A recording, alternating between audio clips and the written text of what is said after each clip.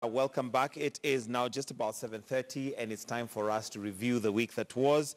And a quick reintroduction of who I have on set. I have Betty Adera, who's Kanu Women Congress Nairobi chapter. Will also be joined shortly by Nerima Wako Ojiwa, who's the director at Siasa Place. And basically would like to look at the week that was, but also just reflect on the year that was, given that this might be the last time we're talking about politics in a major way before we get to next year. But I don't know, let me start first of all, Betty, by finding out from you, what is it that stood out for you this year in terms of our political arena? For me, it was the war on corruption. I mean, right from the head of state, you know, all the way to our prosecution and the courts. So when we saw like some big, like really big names, you know. Which we had not seen before. We had not seen before. I mean, governors, you know, being, you know, handcuffed and wearing that, you know, prison uniform, attire. you know, attire. And just the space that was opened, you know, for Kenyans to really dialogue and engage on how we can fight corruption and their views on what steps were being taken.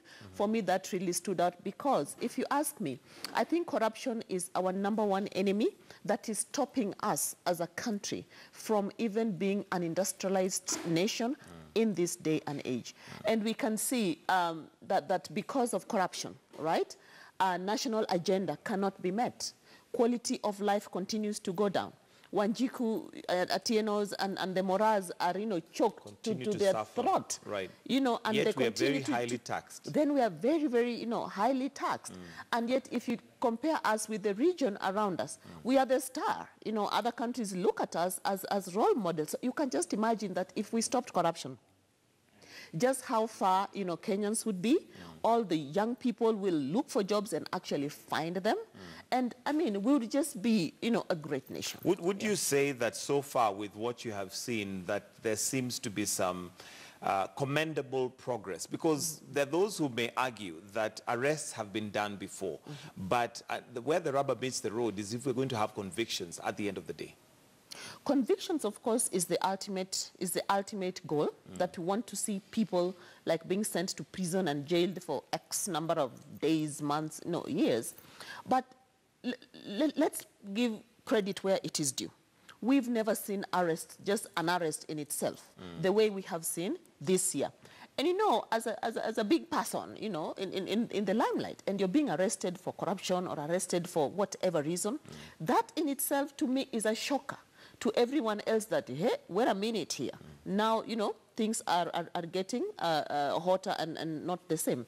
But of course, just arrests is not enough, all right? For me, I'd want to see cases expedited. I just don't know how, you know, the judicial system and prosecution can speed up cases. And also, for me, I question, you know, when like these prominent people, you know, again, are released on bail while it is their right. What does that mean? When you are in the police cells, you've been arrested for whatever reason, but you're not relinquishing your position. What are we saying? Yet it is so clear in the law that, I mean, in the Constitution, that while you're having this issue, get away, get out, step out. If the courts and the systems clear you, you can always, you know, come back. Always come back. Yeah, but when they're functioning as if nothing has happened, then you see, to me, again, that appears as a common mwananchi counterproductive. All right, and this is an opportunity for you to also let us know what has stood out for you politically speaking. Do let us know what has stood out for you, and you can do that via the hashtag KTN Morning Express. Or you can also tweet. Maybe there's something that has stood out for you politically speaking and you'd like to weigh in on that. And at this point, I'd like to also just mention that we'll read your comments as we carry on. We are now joined by Nerima Wako Ojiwa. Thank you for joining us. Good morning and welcome. And same question maybe to you. Is there anything, or what is it that has stood out for you this year politically speaking? I would have to agree.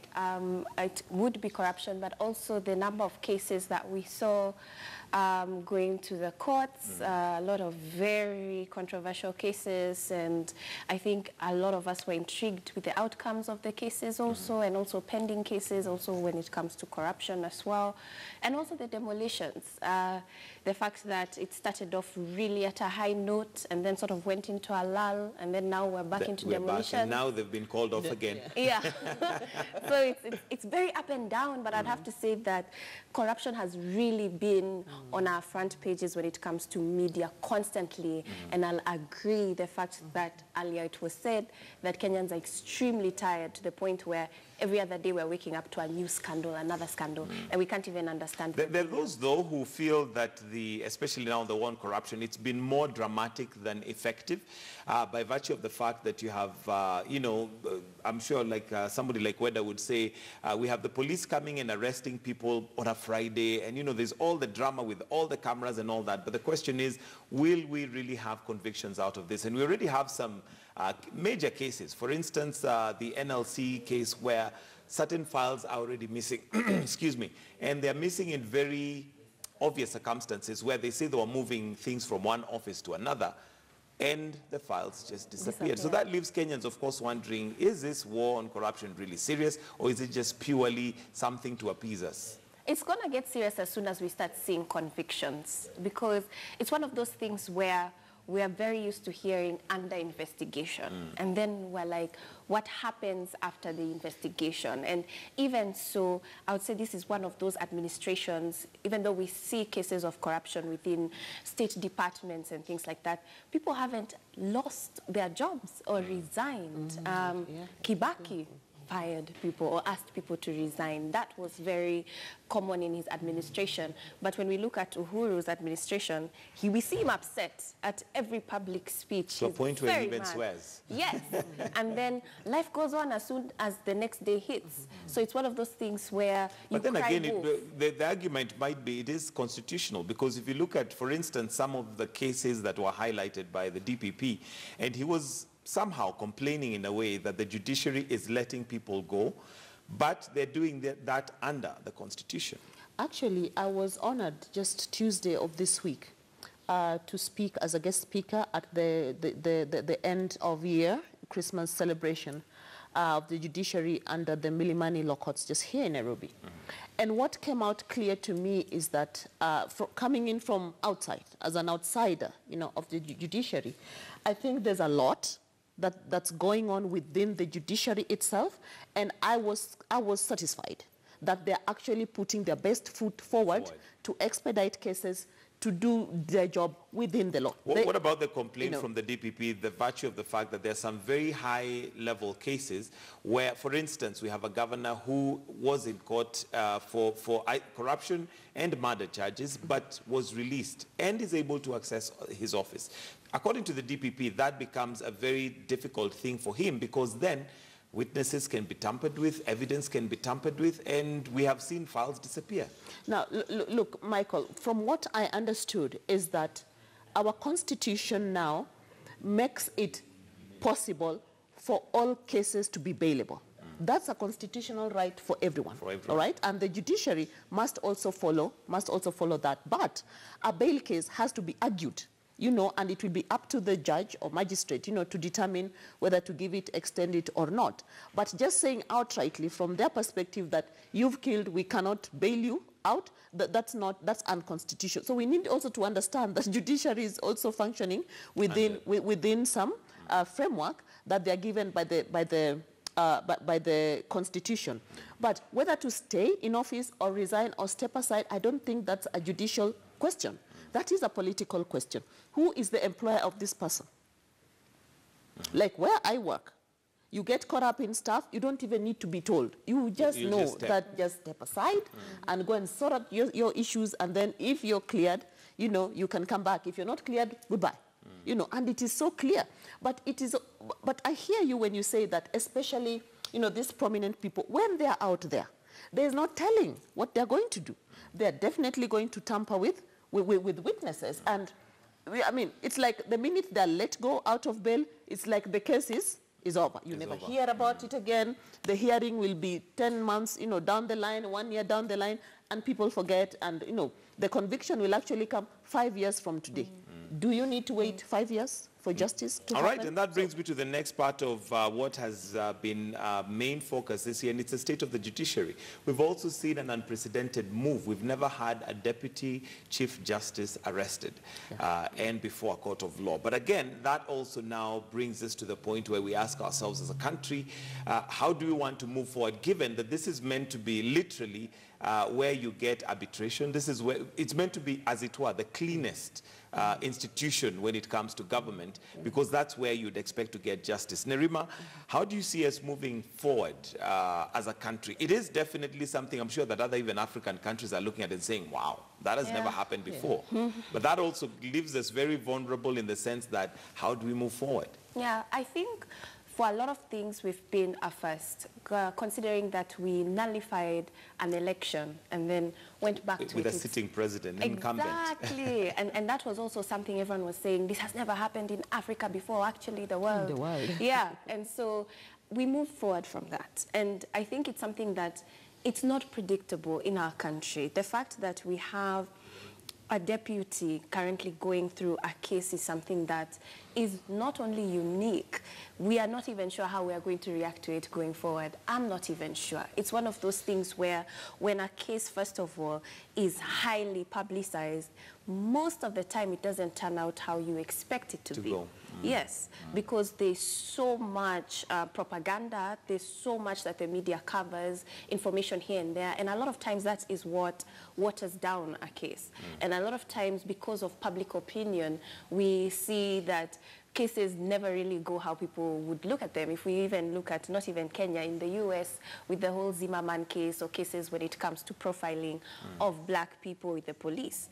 And so I would say for Kenya, it's the same thing when we're talking about politicians, because they have such high influence, they have access to power, they have access not only to the judiciary, because it is supposed to be an independent body that is governing everybody's right to the rule of law, but that's not necessarily the case.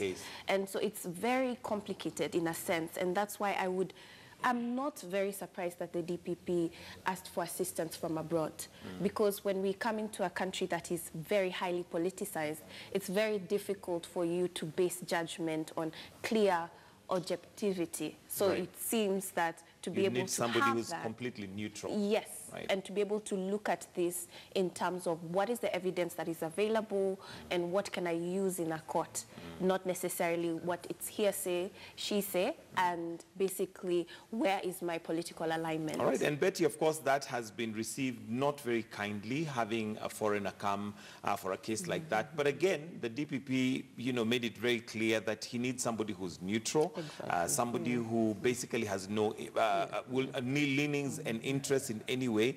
But that, again, leaves us at a point where we've become a very legalistic country, to a point where do we really trust each other? Can we trust each other? And we can also not downplay the political angle that even an arrest like that may have. Because remember, we do have the president on record saying that we shall revisit. Now, whether this is revisiting, whether this is actually something that, you know, bears some legal ground remains to be seen.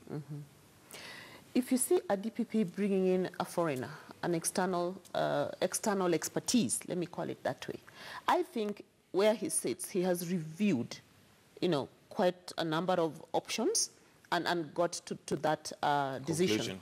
But for me, what I think, how I look at it is we need to look at that positively and just assess ourselves as Kenyans. Even if you leave the prosecution and judiciary, just you and I, our level as Kenyans, do people trust each other? You know, you can think you're talking to this person, yet this one is connected to that one, and before you know it, you know, you're in trouble. And I'm thinking the judiciary is not an exception. The prosecution is not an exception. And some of these cases, the case in itself is very controversial and very touchy, and actually can cause this country to go into flames, like, you know, overnight. Just like that. But also, due to some of the people, you know, who are connected and concerned with the issue. So I think his move to bring in someone who can look at things, or rather help him, look at things from a neutral perspective, I think is good, and I think needs to be appreciated. However, if it is an expertise that we don't have, you know, in the country, then I think he also needs to work with a team, to ensure that this expertise and knowledge, is also transferred down to our own people within the prosecution. Now, back to the fact that currently the Deputy Chief Justice is having issues. Look at even her predecessor, also had issues. So while we might think and expect judiciary to be like the cleanest, the holy of holiest, these are human beings. These are human They're beings. human beings. And no wonder we have a constitution that's supposed to give us a framework. That's supposed to give us, the framework that we can work with. The framework. And for me, I'd rather a case is dealt with, in its own merit as it comes, rather than having a blanket statement, that the entire judiciary is, Yeah, and I think one thing that we must commend Kenya for, and this is something that I would say is a team effort for everyone, is the fact that we've come through a very grueling year with annulment of the elections, with a swearing in of people's president, which again would have taken us to an edge. But Nerima, we are here today sitting in a country that somehow has some peace. So I think that there needs to be some commendation. As much as we self-critique and criticize ourselves, there's something there to take home and say, look, we could have gone the other way. We could have literally gone Rwanda's way, but here we are today. I do think that Kenyans are very hardworking. It's one of those things, no matter what happens, from the matatu bans to all sorts of distractions, at the end of the day, Kenyans just want to work and make a living for themselves and their families. And those are the conversations that just talking with people outside near my office downtown that I get. The fact that even through a year of scandals from whatever department you can think of, to even what's happening in our hospitals, because we cannot forget the amount of cases that went through with surgeries happening on wrong patients, and the doctors strike, and the nurses strike, then the teachers strike, then the lecturers strike. And even when we talk about the curriculum that was rolling out and then it's been stopped, and everyone is like, okay, now what happens? My kids were in school for a year, being the school that was supposed to be the tester school, and now we're rolling it out in 2020. I paid for an iPad that I'm not even sure if it will be refunded, and are they going to use it or not? There are so many questions and concerns. And on top of all that, we talk about a VAT tax that was added, 8%. Right. So things have been difficult, extremely. But we will see that the next morning you will see Kenyans still rising early in the morning to go work hard and make a living for themselves. So I think we have an attitude that is resilient and persevering, but at the same time you can hear people feeling very exhausted and tired of the way situations are. They know that things can be better, but a lot of them are like, but when, how? At what point are they going to change? Betty, your thoughts on that, on the resilience of Kenyans? Kenyans are a powerful, group of people, and I agree with Nerima that no matter what happens, we always have a way of just bouncing back like almost immediately, and just, taking it on. But for me, I think there needs to be more open space and safe spaces for Kenyans to be heard. Conversations with Kenyans must be on a continuous basis and must be on a daily basis. And if Kenyans question things or ask things or make funny jokes, about things, that's a message, they're sending. And I'm thinking we need to listen more, to each other, and especially when we disagree. But leadership at whatever level that's being addressed, or that the questions or concerns are being posed to, need to just pause and say, all right, it's not that there's no system that's ever perfect anywhere in the world.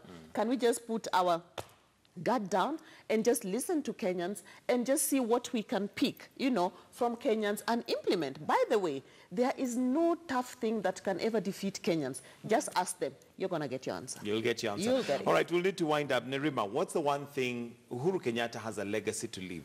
What's the one thing that you'd feel next year you'd want that to be nailed and finished with, so that we look, whether it's corruption, whether it's the judiciary, what's the one thing that you'd feel we've made progress? Again, let's not forget the gender bill that actually flopped and is expected in February. Yes, the gender bill, I've not seen it going anywhere, unfortunately. But I think one thing, when we focus on corruption, the fact that it's such a broad term for theft and that it's everywhere practically, I would ask the president to focus in one area where he says this is where corruption will have to reduce, and that's healthcare, the universal healthcare. The fact that he launched it last week and already we're beginning to hear of the scandals within the counties when it comes to equipment should be a concern. Should be a concern. So healthcare for you would be a big thing. Betty, what's one thing that you feel the president could do and you'd feel his legacy at least has been left with something?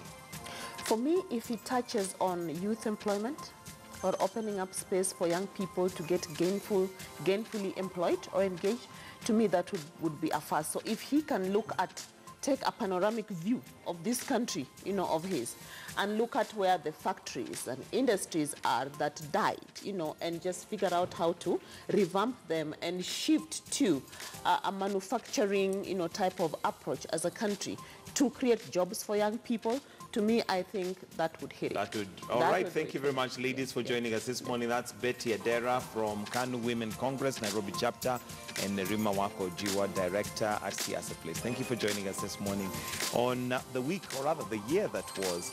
And let me also take this opportunity to wish you a Merry Christmas. I guess I'll not see you again until Christmas or after Christmas. Are you guys planning something? Are you also in Nairobi? Or No. You're traveling. You're one of those who we are saying, Mkienda ushago msirudi. Kaeni huko. Stay away. All right, thank you very much for joining us this morning. We're going to take a short break, but do stay with us. It is holiday season, and maybe you've not planned your holiday yet. You're one of those who are totally last-minuters. But there's still hope for you, and we'll be giving you direction on how you